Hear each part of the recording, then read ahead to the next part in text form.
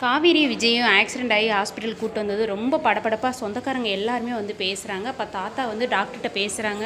Doctor எப்படியாவது விஜய் காவேரியை காப்பாற்றிடுங்க, என் பேரனுக்கு நாங்கள் தான் எல்லாமே, அவனுக்கு ஏதாவது ஒன்றா எங்களால் தாங்க முடியாது அப்படிங்கிறாங்க. அப்போ வந்து வேகமாக தங்கச்சியும் அழுகிறாங்க. எங்கள் அக்கா மச்சான் எப்படி வந்து எங்களுக்கு மாமா முக்கியமோ அதே மாதிரி உள்ளே இருக்கிற குழந்தையும் முக்கியம்தான் டாக்டர், தயவு செஞ்சு 3 பேரையுமே காப்பாற்றிடுங்க அப்படின்னு சொல்லிட்டு யமுனாவும் பேசுகிறாங்க. எல்லாம் பேசிகிட்டு இருக்கும்போது தாத்தா சொல்கிறாரு, அவன் ஏற்கனவே அப்பா அம்மா இல்லாத பையன், நாங்கள் ரொம்ப வேதனையோடு தான் இருந்தோம், இப்போ அவனுக்குன்னு ஒரு உறவு வர்றப்ப அவன் இப்படி படுத்துருக்குறான் அப்படின்னு தாத்தா ரொம்ப வேதனைப்படுறாரு. யமுனாவும் இந்த இடத்துல வருந்துறாங்க, குழந்தைய எப்படியாவது காப்பாற்றிடுங்க டாக்டர்ன்ட்டு. ஆனால் ஒரு சைடு பார்த்திங்கன்னா ஒரு சந்தோஷமான விஷயம், காவேரிக்கு பாப்பா பிறந்தாச்சு. குழந்தை கத்துற சவுண்டை கேட்டு எல்லோரும் சந்தோஷப்படுறாங்க.